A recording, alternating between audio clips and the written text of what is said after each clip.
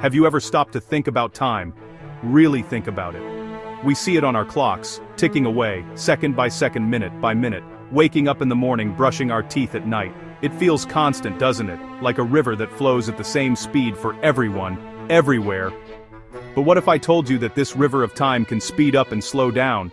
What if the time you experience right here on Earth is just a little bit different from the time someone else experiences, say, way out in space? It sounds like something from a science fiction movie, but it's real science. This idea can be a little tricky to wrap your head around, so let's start small. Imagine you and a friend both have brand new, perfectly synced watches. You stay on Earth, while your friend blasts off in a super-fast spaceship. For years, you both live your lives.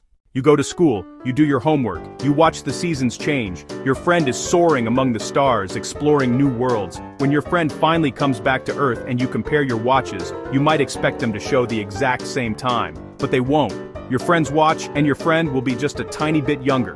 This isn't a mistake or a broken clock. It's a fundamental property of our universe. Time is not the same for everyone. It's relative. That means how fast time passes for you depends on where you are and how fast you're moving. The universe has a speed limit, the speed of light, and to make sure nothing ever breaks that limit, something else has to change. And that something else is time itself.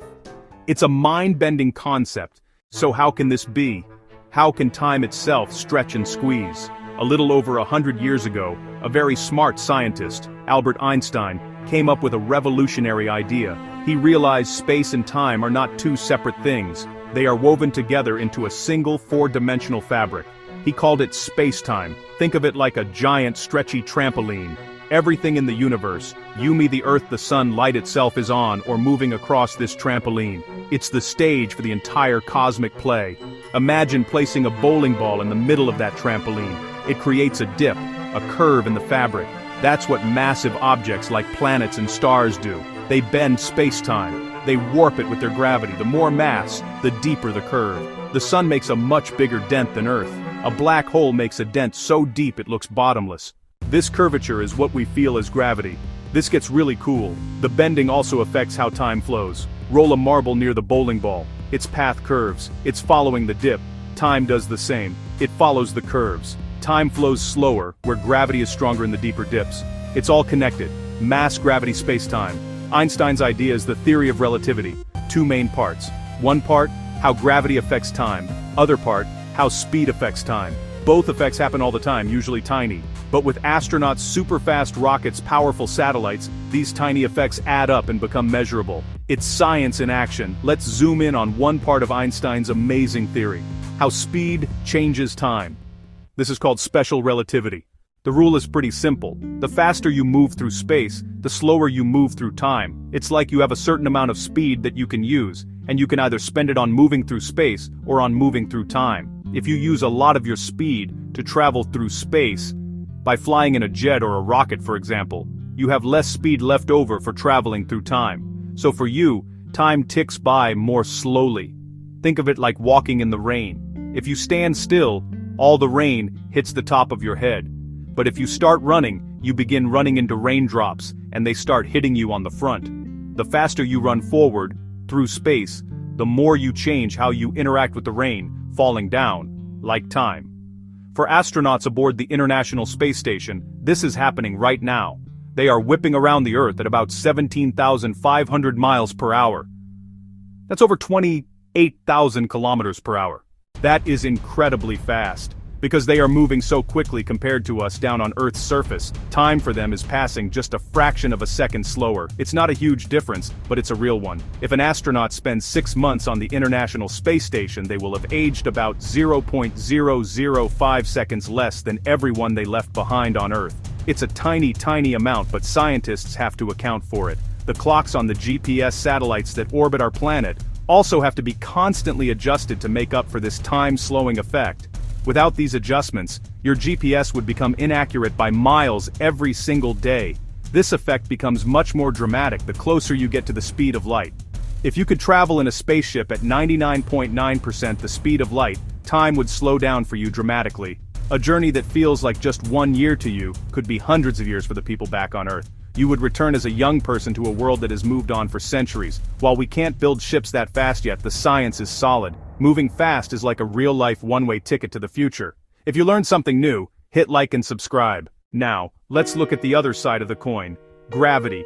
This is part of Einstein's general relativity. Remember our space-time trampoline? Heavy objects create a dip in it. Time runs slower where gravity is stronger, deeper inside that dip. The closer you are to a massive object, like a planet, like a star, the slower time will pass for you.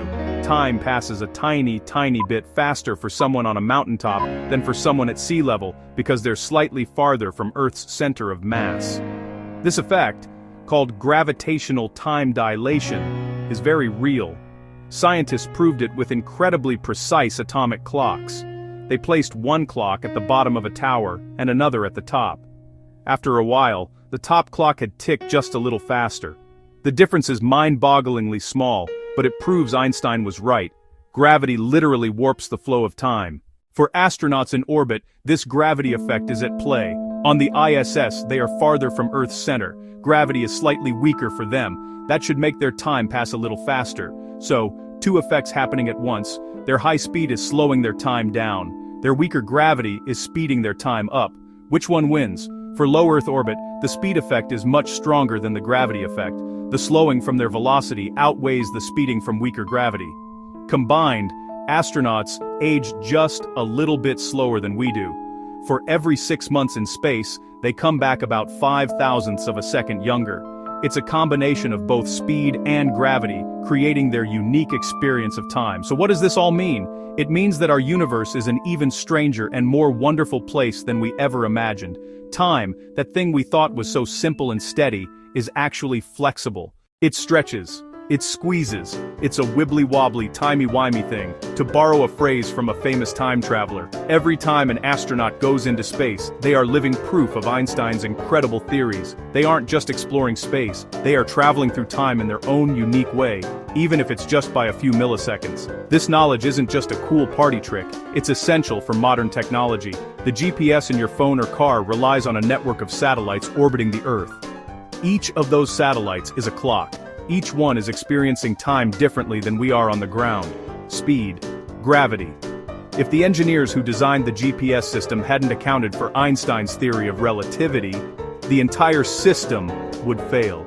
Your phone's map would tell you you're blocks or even miles away from your actual location. Science. Think about the bigger picture. If time slows down near a massive object, what happens near something incredibly massive, like a black hole? There, gravity is so extreme that time slows to a near standstill. At the edge of a black hole, an observer would see the rest of the universe's future flash by in an instant. These are the kinds of extreme possibilities that Einstein's theories predict, pushing the boundaries of our imagination and our understanding of the cosmos. It shows us that there are still so many mysteries out there waiting to be discovered.